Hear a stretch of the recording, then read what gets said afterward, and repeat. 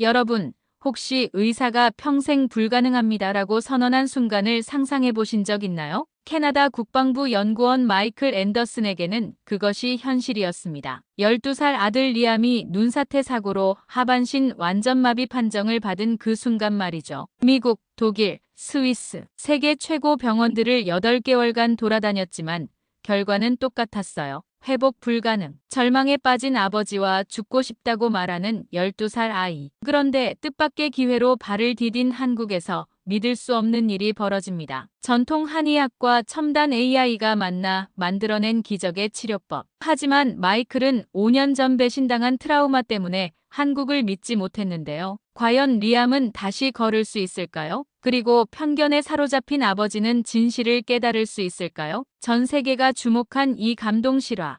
여러분도 꼭 끝까지 함께 해주세요. 구독과 좋아요로 더 많은 분들에게 희망의 메시지를 전해주시고 지금 바로 시작하겠습니다. 안녕하세요. 저는 마이클 앤더슨입니다. 캐나다 국방부에서 첨단 무기 기술을 분석하는 연구원으로 일하고 있습니다. 오늘 여러분께 들려드릴 이야기는 제 인생을 완전히 바꿔놓은 사건에 관한 것입니다. 2024년 12월 캐나다 로키 산맥의 설원은 그 어느 해보다 아름다웠습니다. 12살 아들 리암과 함께 떠난 스키 여행이었죠. 리암은 제가 아는 그 누구보다 활발하고 밝은 아이였습니다. 스키를 타는 모습을 보면 마치 눈 위를 날아다니는 것 같았어요. 그날도 리암은 신이 나서 슬로프를 내려갔습니다. 저는 뒤에서 아들의 모습을 지켜보며 미소를 짓고 있었죠. 그런데 갑자기 산 위에서 굉음이 들려왔습니다. 눈사태였어요. 순식간에 하얀 설벽이 무너져 내렸습니다. 저는 미친 듯이 리암의 이름을 불렀습니다. 하지만 제 목소리는 눈사태의 굉음에 묻혀버렸죠. 몇 초 만에 모든 것이 끝났습니다. 리암은 두꺼운 눈더미 속에 파묻혀 있었어요. 구조대가 도착하기까지 20분이 걸렸습니다. 제게는 20년처럼 느껴졌죠. 리암을 발견했을 때 아이는 의식을 잃은 채 축 늘어져 있었습니다. 구급차 안에서 저는 계속 리암의 손을 잡고 있었어요. 하지만 아들의 손은 차갑기만 했습니다. 병원에 도착한 후 의료진은 즉시 응급수술을 시작했습니다. 6시간이 지나서야 의사가 나왔어요. 의사의 표정을 보는 순간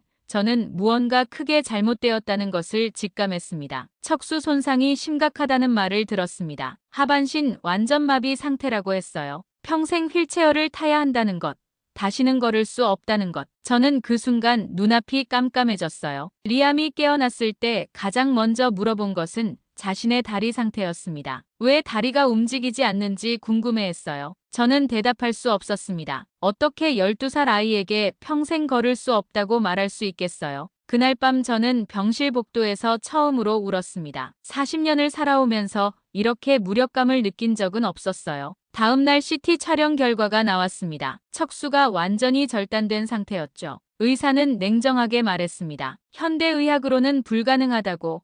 기적을 바라지 말라고요. 저는 그동안 과학을 믿고 살아왔습니다. 데이터와 논리, 그것이 제 세계의 전부였어요. 하지만 그날 과학이 제게 준 답은 절망뿐이었습니다. 리암의 미래는 휠체어였고 제가 할 수 있는 일은 아무것도 없었죠. 병실에서 리암은 천장만 바라보고 있었습니다. 예전처럼 장난기 넘치던 눈빛은 사라지고 없었어요. 아이는 점점 말이 없어졌습니다. 저 역시 마찬가지였죠. 그때까지만 해도 저는 몰랐습니다. 이 절망의 끝에서 기적이 시작될 거라는 것을, 그리고 그 기적의 무대가 바로 한국이 될 거라는 것을 말이에요. 병원에서 퇴원한 후 저희의 진짜 시련이 시작되었습니다. 저는 세계 최고의 재활센터들을 찾아다니기 시작했죠. 미국 존스 홉킨스, 독일 하이델베르크, 스위스 취리히까지. 돈이 얼마나 들든 상관없었습니다. 첫 번째로 간 곳은 보스턴의 스펠딩 재활병원이었어요. 그곳의 물리치료사는 자신만만했습니다. 최신 로봇 보조기구와 전기 자극 치료를 받으면 희망이 있다고 했죠. 리암은 3개월 동안 하루 6시간씩 치료를 받았습니다. 하지만 결과는 똑같았어요. 리암의 다리는 여전히 움직이지 않았습니다. 아이는 점점 지쳐갔죠. 치료실에서 나올 때마다 리암의 얼굴은 더욱 어두워졌어요. 독일에서는 줄기세포 치료를 시도했습니다. 의사들은 새로운 신경세포가 자랄 수 있다고 희망을 주었어요. 하지만 2개월 후 검사 결과는 참혹했습니다. 아무런 변화가 없었죠. 스위스에서는 뇌 임플란트 수술까지 고려했습니다. 뇌에 칩을 심어서 다리 근육을 직접 제어하는 방법이었어요. 하지만 성공률이 5%도 안 된다는 말을 듣고 포기했습니다. 8개월이 지나면서 리암은 완전히 달라졌습니다. 예전에 그렇게 좋아하던 농구도,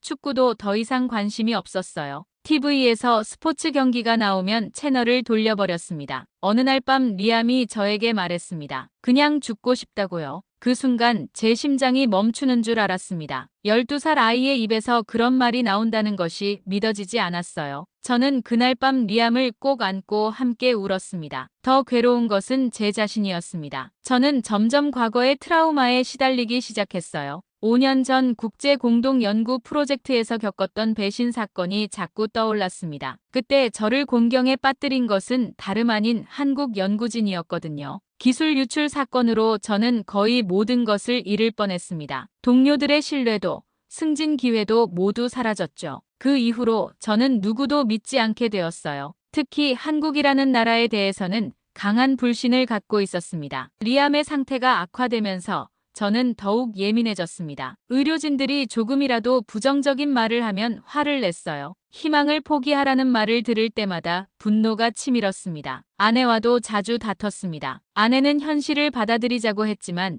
저는 끝까지 포기할 수 없었어요. 리암이 휠체어에 평생 의존해야 한다는 것을 인정할 수 없었습니다. 리암은 날이 갈수록 말라갔습니다. 식욕도 없고 잠도 제대로 자지 못했어요. 심리치료사는 심각한 우울증 진단을 내렸습니다. 항우울제까지 복용해야 하는 상황이 되었죠. 저는 밤마다 인터넷을 뒤졌습니다. 혹시 놓친 치료법은 없는지, 어디선가 기적이 일어나지는 않았는지 찾아봤어요. 하지만 모든 의학 논문들은 같은 결론이었습니다. 완전 척수 손상은 회복 불가능하다는 것. 그런 절망 속에서도 저는 모르고 있었습니다. 곧 제게 한국으로 가야 할 이유가 생길 거라는 것을. 그리고 그곳에서 모든 것이 바뀔 거라는 것을 말이에요. 2025년 2월 국방부에서 갑작스러운 출장 명령이 떨어졌습니다. 한국의 첨단 방산 기술을 실사하라는 지시였어요. 평소 같았다면 거절했을 겁니다. 특히 한국이라면 더욱 그랬겠죠. 하지만 저는 그때 정말 막다른 길에 서 있었습니다. 리암의 치료비로 저축은 바닥났고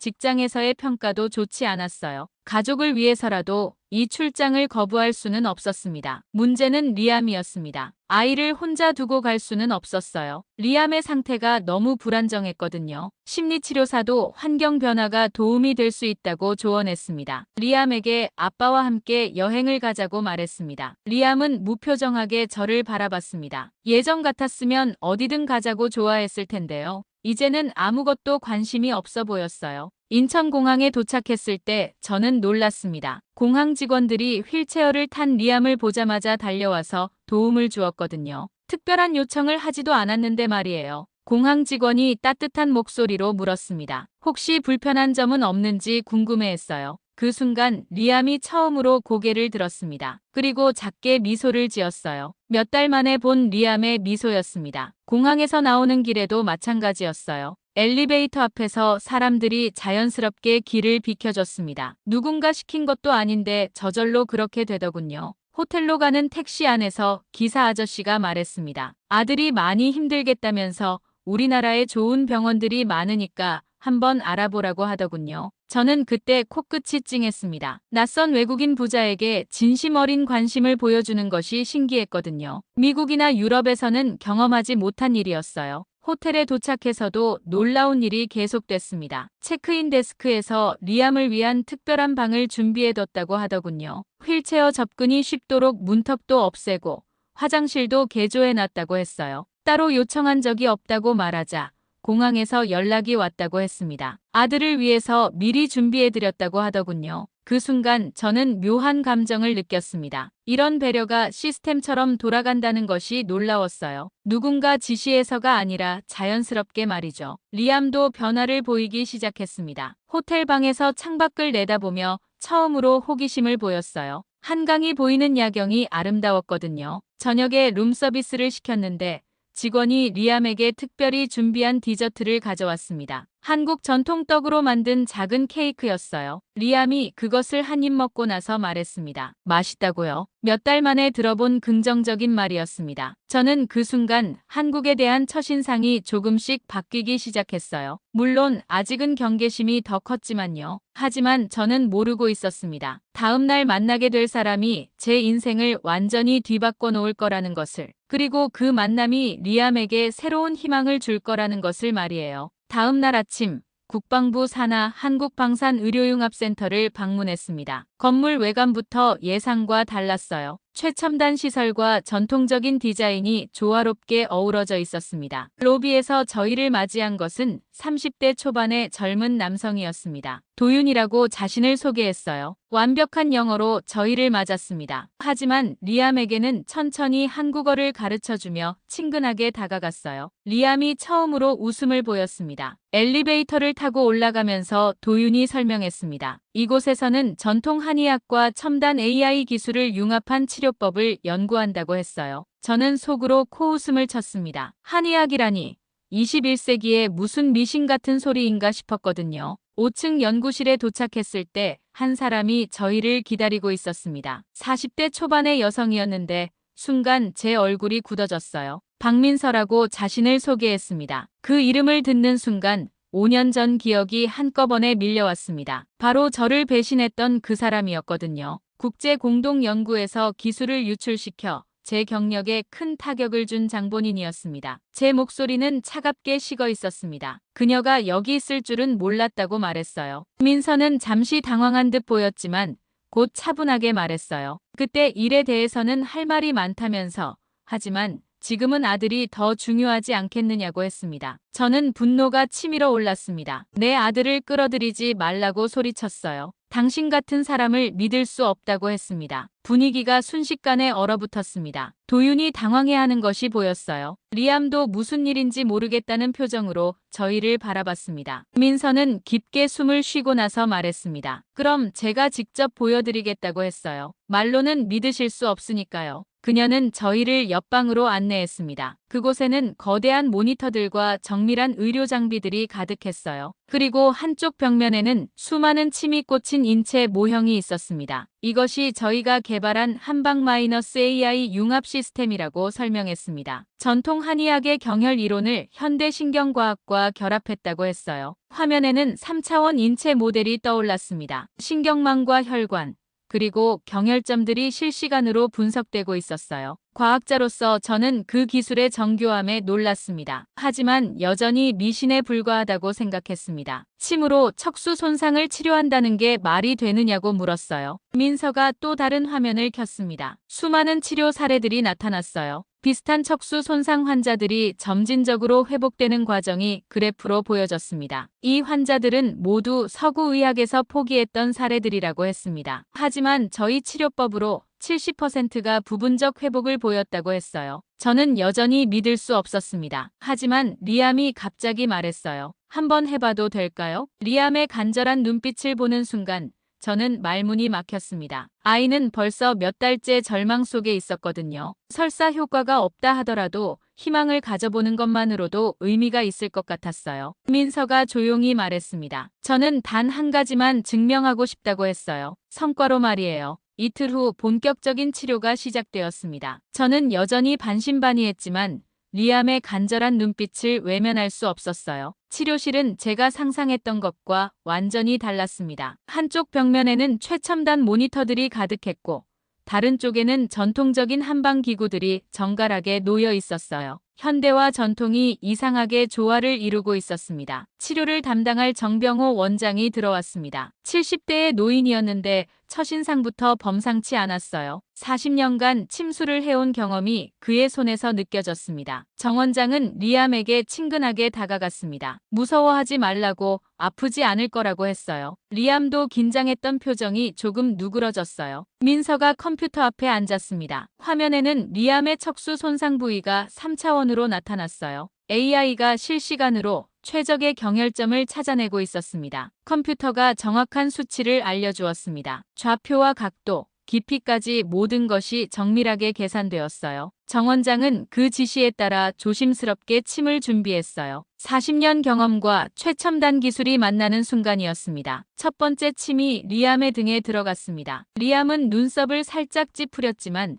생각보다 아파하지 않았어요. 정 원장은 계속해서 정확한 위치에 침을 놓았습니다. 총 12개의 침이 리암의 등과 다리에 꽂혔어요. 그리고 각 침에는 미세한 전기 자극이 연결되었습니다. 모니터에는 리암의 신경 반응이 실시간으로 나타났습니다. 처음에는 아무런 변화가 없었어요. 저는 역시나 싶었습니다. 하지만 20분이 지나자 변화가 시작되었어요. 모니터의 그래프가 미세하게 움직이기 시작했습니다. 매우 작은 신경 신호였지만 분명히 감지되고 있었어요. 정 원장이 조심스럽게 물었습니다. 지금 어떤 느낌이냐고요? 리암은 잠시 집중하더니 놀란 표정을 지었어요. 다리가 따뜻하다고 말했습니다. 저는 깜짝 놀랐습니다. 몇 달 동안 리암은 다리에서 아무런 감각을 느끼지 못했거든요. 설사 착각이라 하더라도 이것은 큰 변화였어요. 민서가 흥분된 목소리로 말했습니다. 신경신호가 점점 강해지고 있다고 했어요. 미약하지만 분명히 전달되고 있다고 했습니다. 모니터를 보니 정말 그래프가 조금씩 활발해지고 있었습니다. 과학자인 저로서는 이것을 무시할 수 없었어요. 첫 번째 치료가 끝났을 때 리암의 표정이 완전히 달라져 있었습니다. 몇 달 만에 보는 희망찬 눈빛이었어요. 리암이 말했습니다. 정말 다리가 따뜻했다고, 오랫동안 못 느꼈던 감각이었다고 했어요. 저는 눈물이 날 것 같았습니다. 하지만 과학자로서 냉정함을 유지하려고 노력했어요. 아직 하루의 결과일 뿐이었거든요. 정 원장이 말했습니다. 첫 번째 치료치고는 매우 좋은 반응이라고 했어요. 하지만 꾸준히 해야 한다고, 최소 2주는 걸릴 거라고 했습니다. 그날 밤 호텔에서 리암은 오랜만에 깊이 잠들었습니다. 평온한 잠자리였어요. 저는 창가에 서서 한강을 바라보며 생각에 잠겼습니다. 혹시 정말 기적이 시작된 걸까요? 아니면 단순한 플라시보 효과일까요? 저는 확신할 수 없었지만 한 가지는 분명했습니다. 리암에게 희망이 돌아오고 있다는 것이었어요. 치료 시작 일주일 후 리암의 상태는 눈에 띄게 좋아지고 있었습니다. 다리의 따뜻한 감각이 점점 선명해졌고 발가락에서도 미세한 반응이 나타나기 시작했어요. 저는 조심스럽게 희망을 품기 시작했습니다. 하지만 그 희망은 오래가지 못했습니다. 9번째 치료를 받던 날 갑작스러운 사고가 일어났어요. 리암이 재활 훈련 중에 균형을 잃고 넘어진 겁니다. 리암의 비명소리에 저는 달려갔습니다. 아이는 바닥에 쓰러져 다리를 움켜쥐고 있었어요. 그 순간 제 머릿속이 하얘졌습니다. 응급실로 급히 이송된 리암은 MRI 촬영을 받았습니다. 결과는 근육 손상이었어요. 과도한 재활 훈련으로 인한 것이었습니다. 다행히 척수에는 추가 손상이 없었지만 저는 패닉 상태에 빠졌습니다. 저는 민서에게 거칠게 소리쳤습니다. 이런 식으로 치료하다가 아이가 더 다치면 어떡하려고 하느냐고 했어요. 그동안 억눌러왔던 감정들이 한꺼번에 터져나왔습니다. 민서는 진정하라고 말했습니다. 이런 과정은 회복에 필요한 것이라고, 하지만 저는 더 이상 참을 수 없었어요. 그때 제 핸드폰에 긴급 뉴스 알림이 떴습니다. 독일의 주요 언론사에서 보낸 기사였어요. 제목을 보는 순간 저는 온몸이 차갑게 식었습니다. 한국 방산기술 표절 의혹이라는 내용이었습니다. 캐나다 기밀 무단 도용 정황이 있다는 기사였어요. 기사를 읽어보니 5년 전 그 사건이 다시 수면 위로 떠오른 것이었습니다. 그리고 박민서의 이름이 핵심 인물로 거론되고 있었어요. 저는 분노에 떨면서 민서를 노려봤습니다. 역시 당신이었다고 소리쳤어요. 당신은 그때도 저를 이용했고 지금도 내 아들을 이용하고 있다고 했습니다. 민서는 잠깐만 기다리라고 말했습니다. 그 기사는 사실이 아니라고, 하지만 저는 더 이상 들을 수 없었어요. 병원 복도에서 벌어진 우리의 언쟁을 사람들이 지켜봤습니다. 리암도 병실에서 그 소리를 들었을 거예요. 저는 더 이상 참을 수 없었습니다. 그날 밤 호텔에서 저는 캐나다행 항공편을 예약했습니다. 더 이상 이곳에 있을 이유가 없다고 생각했거든요. 리암은 제 결정을 조용히 받아들였지만 실망한 기색이 역력했어요. 하지만 새벽 3시경 호텔 방 문을 두드리는 소리가 들렸습니다. 민서였어요. 그녀는 두꺼운 파일을 들고 있었습니다. 민서가 간절한 목소리로 말했습니다. 이것만은 봐달라고 했어요. 파일을 열어보니 5년 전 사건에 대한 진실이 담겨 있었습니다. 실제 기술을 유출한 것은 독일과 미국의 로비스트들이었어요. 그들이 한국에 누명을 씌우기 위해 조작한 증거들이 낱낱이 드러나 있었습니다. 민서는 그때 내부 고발을 했던 거라고 말했습니다. 하지만 더 큰 세력에 의해 오히려 배신자로 몰렸다고 했어요. 저처럼 말이죠. 서류들을 자세히 보니 민서의 말이 사실이었습니다. 그녀는 피해자였던 거예요. 저처럼 말이죠. 왜 그때 이것을 보여주지 않았느냐고 물었습니다. 민서는 증거를 모으는데 5년이 걸렸다고 했어요. 그리고 지금도 위험하다고 했습니다. 하지만 리암 때문에 더 이상 숨길 수 없었다고 했어요. 제 가슴이 먹먹해졌습니다. 5년 동안 저는 잘못된 사람을 원망하고 있었던 거였어요. 다음 날 아침 한국 언론들이 일제히 반박 기사를 내보냈습니다. 독일 로비스트들의 조작 행위가 폭로되면서 진실이 드러나기 시작했어요. 그리고 전 세계 의료진들이 리암의 치료를 지지하는 성명을 발표했습니다. 저는 그제서야 깨달았습니다. 진짜 적은 민서가 아니라 제 마음속의 불신이었다는 것을 말이에요. 진실을 알게 된 후 저는 민서에게 진심으로 사과했습니다. 하지만 더 큰 문제가 남아 있었어요. 리암의 근육 손상으로 치료가 중단된 상황이었습니다. 담당 의사는 말했습니다. 지금 상태로는 보존적 치료만 가능하다고 했어요. 하지만 시간이 너무 오래 걸릴 거라고 했습니다. 제 마음은 절망으로 가득 찼습니다. 겨우 희망을 찾았는데 또다시 벽에 부딪힌 거였어요. 그때 정병호 원장이 조심스럽게 말했습니다. 한 가지 방법이 있긴 하다고 했어요. 하지만 위험 부담이 크다고 했습니다. 미세 수술을 통해 손상된 근육과 신경을 동시에 치료하는 방법이었어요. 한방과 양방, 그리고 AI 기술을 모두 동원하는 전례 없는 수술이었습니다. 성공률을 물어봤습니다. 60% 정도라고 했어요. 하지만 실패하면 더 이상 말을 잇지 못했어요. 실패하면 리암이 영영 걸을 수 없을지도 모른다는 뜻이었습니다. 리암이 스스로 결정했습니다. 해보겠다고 했어요. 이대로 포기하고 싶지 않다고 했습니다. 12살 아이의 용기에 저는 눈물이 났습니다. 결국 수술을 결정했어요. 수술 당일 병원에는 특별한 손님들이 왔습니다. 한국의 드론팀이었어요. 그들은 수술 성공을 기원하며 특별한 이벤트를 준비했다고 했습니다. 무슨 이벤트인지 물어봤습니다. 하늘에 리암의 이름을 새겨 넣을 거라고 했어요. 전 세계가 볼 수 있도록 말이에요. 수술이 시작되자 100대의 드론이 병원 상공으로 떠올랐습니다. 그리고 서서히 LIAM이라는 글자를 만들어냈어요. 그 모습이 전 세계로 생중계되었습니다. 수술실 안에서는 한국 최고의 의료진들이 총력을 다하고 있었습니다. 양방 의사가 미세 수술을 진행하는 동안 정 원장이 정확한 경혈에 침을 놓았어요. 동시에 AI가 실시간으로 최적의 치료점을 분석했습니다. 8시간이 지났습니다. 저는 수술실 밖에서 하늘의 드론들을 바라보며 기도했어요. LIAM이라는 글자가 구름 사이로 반짝이고 있었습니다. 의사가 나와서 수술 성공했다고 말했습니다. 저는 그 자리에 주저앉고 말았습니다. 너무 긴 시간이었어요. 리암이 마취에서 깨어났을 때 첫 번째로 한 일은 발가락을 움직이는 것이었습니다. 아주 미세하게, 하지만 분명히 움직였어요. 리암이 말했습니다. 아빠, 봐요. 움직인다고 했어요. 그 순간 수술실 밖에서 환호성이 터져 나왔습니다. 하늘의 드론들도 축하 메시지를 만들어냈어요. MIRACLE라는 글자였습니다. SNS에서는 실시간으로 전 세계 사람들의 축하 메시지가 쏟아졌습니다. 코리언 미러컬, 호프 인 코리어라는 해시태그가 전 세계 트렌드에 올랐어요. 저는 창밖의 드론들을 바라보며 감격에 젖었습니다. 한국이라는 나라가 제 아들에게 새로운 생명을 선물해 준 거였어요. 민서가 옆에서 조용히 물었습니다. 이제 믿느냐고요? 저는 고개를 끄덕였어요. 한국이 만든 기적을 어떻게 안 믿을 수 있겠냐고 말했습니다. 그날 밤 리암은 병원 침대에서 두 발을 조금씩 움직이며 잠들었습니다. 몇 달 전만 해도 상상할 수 없었던 일이었어요.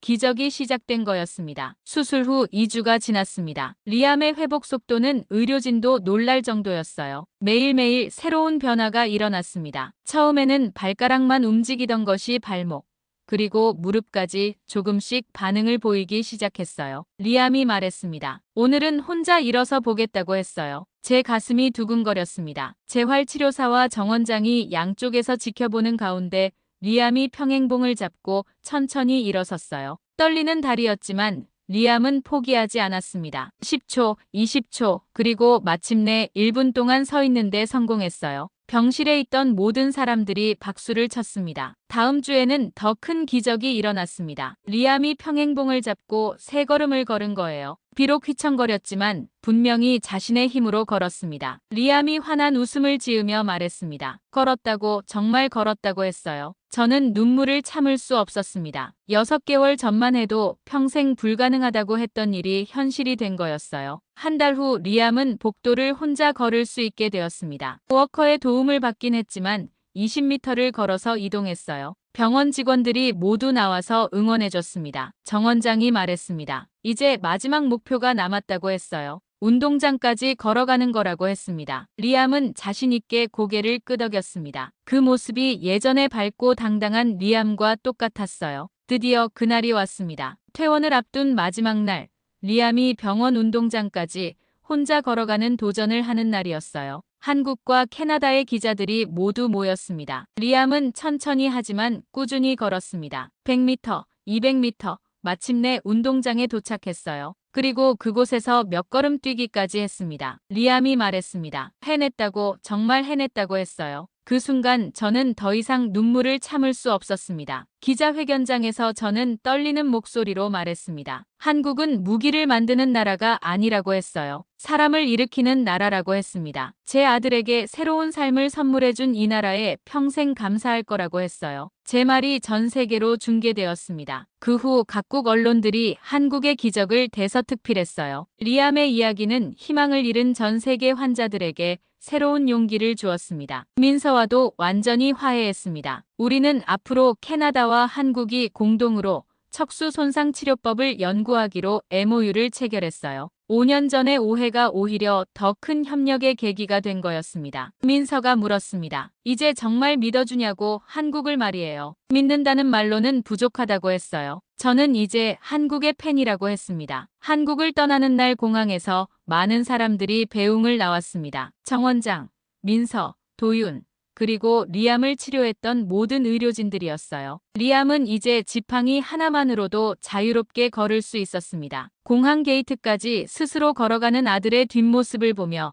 저는 가슴이 벅찼어요. 비행기에서 내려다본 한국의 야경은 정말 아름다웠습니다. 리암이 창밖을 보며 말했어요. 다시 와도 되냐고. 여기가 제 2번째 고향 같다고 했어요. 물론이라고 말했습니다. 이제 우리는 한국과 영원한 가족이라고 했어요. 6개월 전 절망에 빠져 한국에 왔던 저희는 이제 희망을 안고 돌아가는 길이었습니다. 한국이 제게 준 것은 단순히 아들의 치료가 아니었어요. 편견을 버리고 사람을 믿는 법, 그리고 진정한 기적은 과학과 인간의 따뜻함이 만날 때 일어난다는 깨달음이었습니다. 리암의 걸음걸음이 전 세계에 전하는 메시지는 분명했습니다. 포기하지 않으면 기적은 반드시 온다는 것, 그리고 그 기적을 만드는 나라가 바로 한국이라는 것을 말이에요. 여러분, 마이클과 리암의 기적 같은 이야기 어떠셨나요? 절망 끝에서 만난 희망, 그리고 편견을 넘어선 진정한 믿음의 힘을 보셨죠? 이런 감동적인 실화들을 더 많이 들려드리고 싶습니다. 구독 버튼을 눌러주시면 세계 곳곳에서 일어나는 놀라운 이야기들을 가장 먼저 만나보실 수 있어요. 그리고 좋아요 한 번씩 눌러주세요. 여러분의 작은 관심이 더 많은 분들에게 희망의 메시지를 전하는 힘이 됩니다. 댓글로는 어떤 이야기가 가장 인상 깊었는지, 또 어떤 나라의 감동 스토리를 듣고 싶으신지 알려주세요. 여러분의 의견 하나하나가 다음 영상의 소중한 아이디어가 됩니다. 오늘도 시청해주셔서 정말 감사합니다. 다음 영상에서 또 만나요. 건강하세요.